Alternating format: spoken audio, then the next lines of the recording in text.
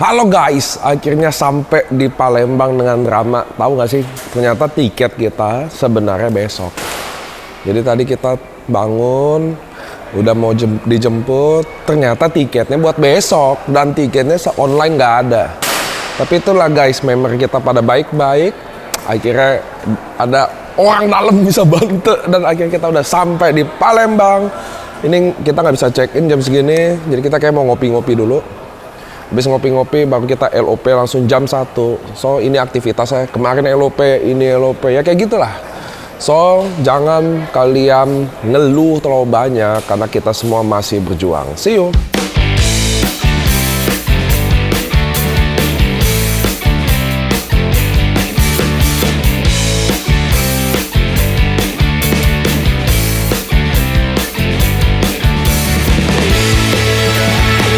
Halo guys, kita lagi di rumahnya Dr. Luigi. Ini ada patung Bushido.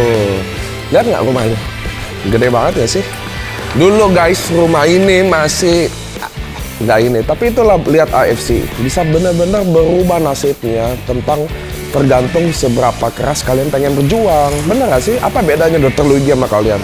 Satu aja, konsistensi, disiplin. Kalian lihat rumah ini. Mercy, Alphard. Orangnya lagi mandi, kita lagi colongan aja bikin konten. Istananya, rumahnya, kayaknya ini lebih gede jauh loh dari rumah gua.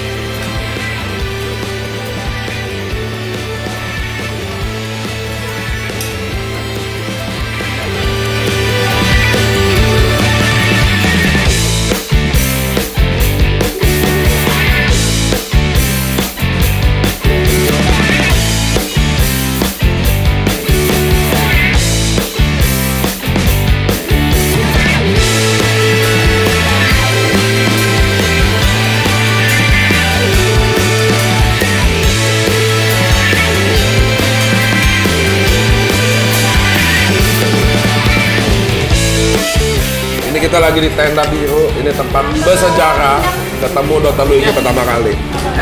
Menu yang dipesan burung puyuh. Ini gua 6 karena gua lagi diet, kalau nggak gua hajar ke 10.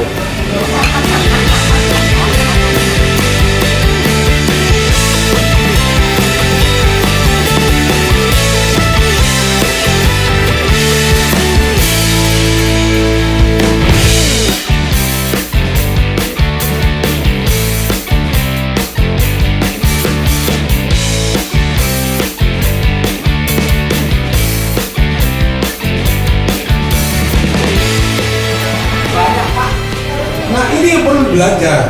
Kalian jangan andalkan upline, apa-apa dikit upline. Ya. Nah, sampai sini paham ya?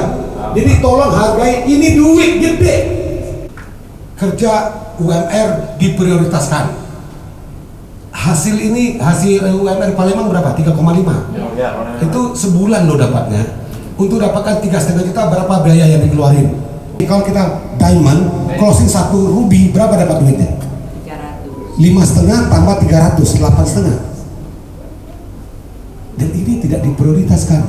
Nah, aku di tempat lain kan nggak bisa keluar bahasa Bangladesh. Jadi gini teman-teman, sebenarnya aku tadi sama Niko barusan ke restoran Tenda Biru, itu sejarahku untuk bisa tahu AFC, join, dan akhirnya jadi seperti ini. Nah, maksudnya Palembang ini tempat yang sangat apa ya, sebenarnya unik lah, unik. Cuman banyak orang yang pesimis, termasuk Pak Niko dan aku sebenarnya. Termasuk kemarin tuh kami pesimis, jadi jemput Niko dari bandara, Niko bilang, aku ini cuma nak liburan baik katanya, iseng-iseng baik Palembang kan. Tapi ternyata setelah aku datang sama Niko di acara, aku harus apresiasi buat kalian karena itu menurut aku salah satu acara terbaik yang pernah sama Niko. Karena bukan soal jumlah yang datang, cuman yang aku lihat tuh banyak orang baru yang datang ke acara kemarin, dan itu bagus teman-teman. Maksud aku, yuk Palembang ini dibangun ulang, dan Pak Firdaus juga punya tim di Palembang sudah mulai menunjuk edukasi yang bagus. Seperti tadi belajar back office itu memang benar kata beliau, karena banyak orang tertipu gara-gara itu. Jadi kadang-kadang kita tidak tahu kan di dalam itu ada apa, return kita berapa, bonus kita berapa. Kalau kita jual password, apalagi security password, bobol kawan-kawan, rusak. Nah, jadi teman-teman harus secepat mungkin belajar, lalu menunjuk tahu tim kita lagi. Jadi kalau kita tahu, makanya selalu bilang sama tim, kalau sudah posting ke Wong, detik itu juga kalau baca, kita langsung ngajarin dia mana cara dia ngedit seluruh data dia.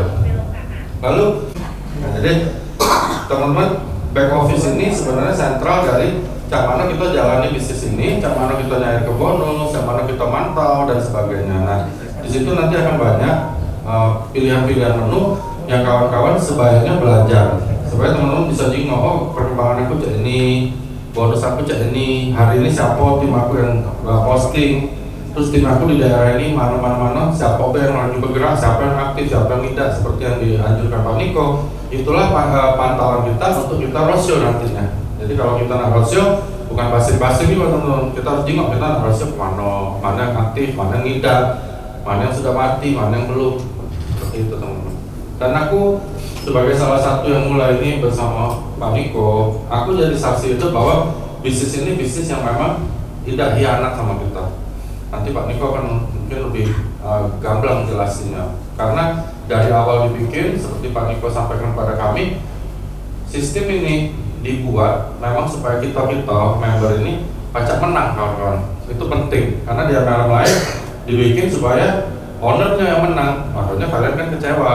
Gitu. Jadi kalau kalian sekarang lagi jalan yang lain, ya bukan bertobat sih menurut aku, tapi sebenarnya kalau ikut AFC itu bukan bertobat teman-teman, memang sudah seharusnya melo AFC. Melo yang lain kenapa banyak kecewa? Pertama, yang aku lihat adalah perusahaannya memang kaleng-kaleng. Kedua, yang bikin sistem kita tidak pernah kenal, ya kan? Teman-teman sering datang ke acara MLM, tapi yang bikin sistemnya kita kan tidak tahu siapa. Maksudnya yang bikin sistem itu tidak tahu siapa, kita tidak pernah tahu teman-teman. Apakah duit itu nama tua atau tidak pernah tahu. Nah, di AFC yang bikin sistem Niko di belakang doangnya. Kalau teman-teman ragu, misalnya ini anak ini pajak keluar 660 juta, tanya sama Niko. Kenapa? Karena sistem itu dibuat teman-teman, yang paling tahu apa maksudnya itu cuma yang buat. Benar? Benar kan? Benar. Ini masih bayangin 20 miliar itu seperti apa? Ya, jadi dan doa kita bersama adalah seperti yang sedang pergi tadi. Pak Niko kepingin atau AFC ini kepingin semua yang ada di ruangan ini pasti akan bisa jadi Bushido juga. Jadi akan lahir Bushido baru di Palembang ya. Masa lalu lupakan, sekarang kita harus menatap masa depan karena AFC adalah bisnis masa depan ya. Lama lagi orang yang sudah luar biasa yang membuat saya bisa berdiri di sini, yang membuat kita semua terima konnichiwa setiap hari ya. Mari kita bangkit berdiri, kita sambut pos yang luar biasa, mentor kita, orang yang benar-benar membuat kita sukses di sini, General Manager of AFC Bapak Nicholas Rampisela. Oke, maaf ya pakai baju seadanya. Emang udah nggak ada baju lagi soalnya. Saya rasa saya nggak bawain training deh, ini kita tanya jawab ngobrol Yes, santai siap. aja. Soalnya kan Siap. Pak Firdaus sudah mungkin banyak, Pak Ewin. Kan dari publication. Ya, jadi mungkin tanya jawab aja teman-teman mau nanya apa, masalah apa, jadi saya jawab. Gitu aja ya, santai ya. Masa saya Siap. kuliah lagi di sini. Pak Firdaus mulai dari jam berapa? Dari jam 2 kan?